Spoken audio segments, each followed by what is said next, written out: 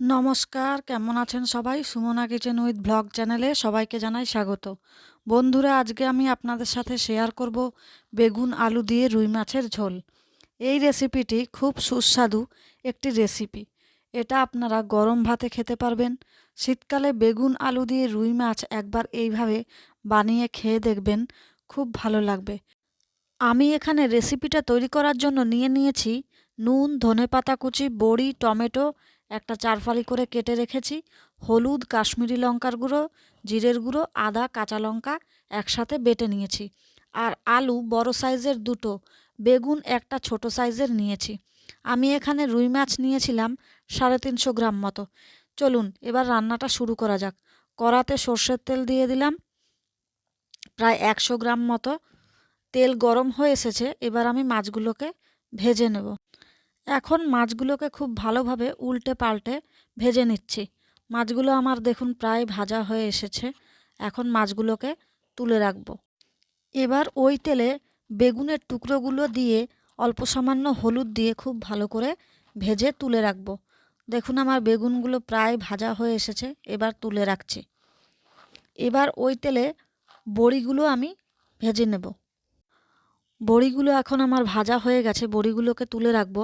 এখন ওই তেলে গোটা জিরে ফোড়ন দিয়ে দিলাম অল্প সামান্য, আর আলু দিয়ে দিলাম। আলুগুলো খুব ভালো করে ভাজতে থাকবো। এখন ওর মধ্যে দিয়ে দিচ্ছি টমেটো কুচিগুলো। টমেটো কুচি দেওয়ার পরে এর সাথে দিয়ে দেবো আমি 1/2 চামচ মতো হলুদ গুঁড়ো দিয়ে খুব ভালো করে ভাজতে থাকবো। আলু টমেটো ভালো করে ভাজা হয়ে এসেছে। এখন ওর মধ্যে দিয়ে দিলাম আদা, কাঁচা লঙ্কা বাটা, 1/2 চামচ জিরে গুঁড়ো, 1/2 চামচ কাশ্মীরি লঙ্কার গুঁড়ো আর পরিমাণ মতো নুন দিয়ে খুব ভালো করে আলুটাকে কষতে থাকবো। এইভাবেই আলুটাকে 5 মিনিট মতো অল্প অল্প গরম জল দিয়ে দিয়ে ভালো করে কষিয়ে নেব। দেখুন আমার প্রায় কষানো হয়ে এসছে। এখন আমার আলুটা প্রায় কষা হয়ে গেছে। দেখুন কেমন এর মধ্যে থেকে তেল ছেড়ে দিচ্ছে। এখন এর মধ্যে আমি গরম জল দিয়ে এই ঝোলটাকে প্রায় 10 মিনিট মতো এভাবেই ঢাকা দিয়ে ফুটতে দেব। আর ঝোলে দিয়ে দিচ্ছি ভেজে রাখা বেগুন আর বড়ি দিয়ে ঝোলটাকে প্রায় 5 মিনিট মতো এভাবেই ফুটিয়ে নেব। দেখুন ঝোলটা আমার প্রায় ফুটে এসছে। এখন এই মাছগুলো দিয়ে দেব, এর মধ্যে দিয়ে আরও 2 মিনিট মতো ফুটতে দেব। দেখুন আমার হয়ে এসেছে প্রায় তরকারিটা। এখন এর মধ্যে আমি ধনেপাতা কুচিগুলো দিয়ে একটু ঢাকা দিয়ে রাখবো। এখন আমার আলু বেগুন দিয়ে রুই মাছের ঝোল রেডি।